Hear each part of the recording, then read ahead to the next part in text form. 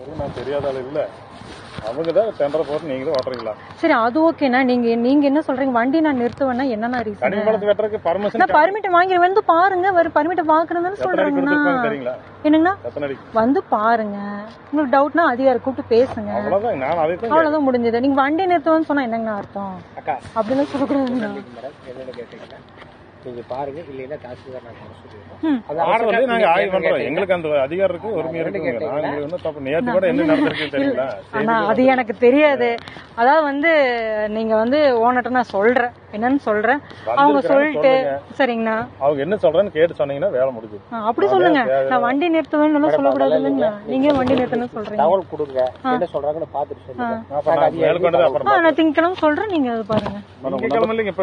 இப்ப நான் அண்ணாட்ட சொல்லிட்டேன் மேட்ரு என்னன்னு. நம்பர் சொல்லுங்க மேடம். 8637 40 7434 இல்ல இப்ப நம்ம தாசில்தார் கடிச்சார்ல. தாசில்தார் வேண்டாங்க, நாளைக்கு ஓடுறீங்களா இல்ல நிறுத்திடுறீங்களா? எங்களுக்கு அது பிரேமா இல்ல. இப்ப தாசில்தார் கடிச்சு நம்ம தாசில்தார் கடிச்சு தாசில்தார் வந்து பாத்து பண்ணுங்க. நான் ஒண்ணுமே நான் உங்களுக்கு சொல்ல. நான் ஓனர்கிட்ட பேசிட்டு ஓனர் வந்து அவங்க பையன் மேரேஜுக்காக அலைஞ்சிட்டு இருக்காரு. அதை முடிச்சு நான் அண்ணன் கிட்ட சொன்ன திங்கக்கெல்லாம் பண்ணிக்கிறேன்னு சொன்னேன். நான் கால் வச்சுக்கிட்டே இருக்கிறேன், நான் வந்து போயிட்டே இருக்கிறேன்.